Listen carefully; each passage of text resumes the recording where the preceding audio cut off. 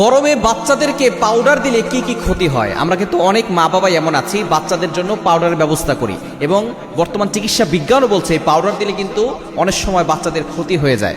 আমরা মনে করি অনেক সময় বাচ্চাদেরকে ডাইপার পরাই এবং সেখানে র্যাশ হয়, কালো লাল লাল দানা হয়ে যায়, সেই সময় আমরা অনেক সময় ঘা হয়ে যায়, আমরা তখন পাউডার ইউজ করে থাকি। এই পাউডারের কারণে তখন ঘাটা কিন্তু আরও বেড়ে যায়। অনেকেই দেখা যাচ্ছে গরমে ঘামাচি হয় এবং এই জন্য তারা পাউডার ব্যবহার করে থাকে। বর্তমান চিকিৎসা বিজ্ঞান কিন্তু বলছে এই পাউডার দিলে কিন্তু ঘামাচি আরও বাড়ে। আমরা কিন্তু অনেকে এটা জানি না।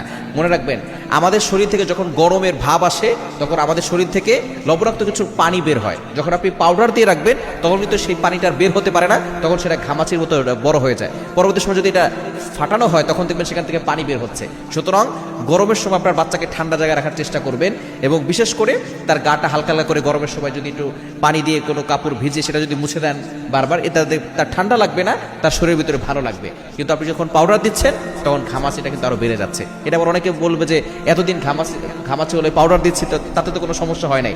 এখন আপনি ডক্টরের সাথে পরামর্শ করে দেখবেন যে আপনার সন্তানের আরও ক্ষতি হচ্ছে। দ্বিতীয় নাম্বার হচ্ছে, এই পাউডারের কারণে অনেক বাচ্চাদের শ্বাসকষ্টের সমস্যা হয়, তাদের শ্বাস নিতে কষ্ট হয়ে যায়, এবং বিশেষ করে এই পাউডার যখন তাদের শ্বাসযন্ত্রে ঢুকে তখন ফুসফুসে সমস্যা হয়, তাদের ভিতরে সমস্যা হয়ে যায়, বুকে সমস্যা হয়ে যায়, এবং শ্বাস নিতে তাদের কষ্ট হয়ে যায়। এবং 3 নাম্বার হচ্ছে ত্বকের সমস্যা হয়। আমরা যারা মনে করি ত্বক ভালো থাকে, এই পাউডার দিলে কিন্তু এটার ভিতরে অনেক ধরনের কেমিক্যাল দেওয়া থাকে, যার কারণে কিন্তু আপনার বাচ্চার ক্ষতি হতে পারে।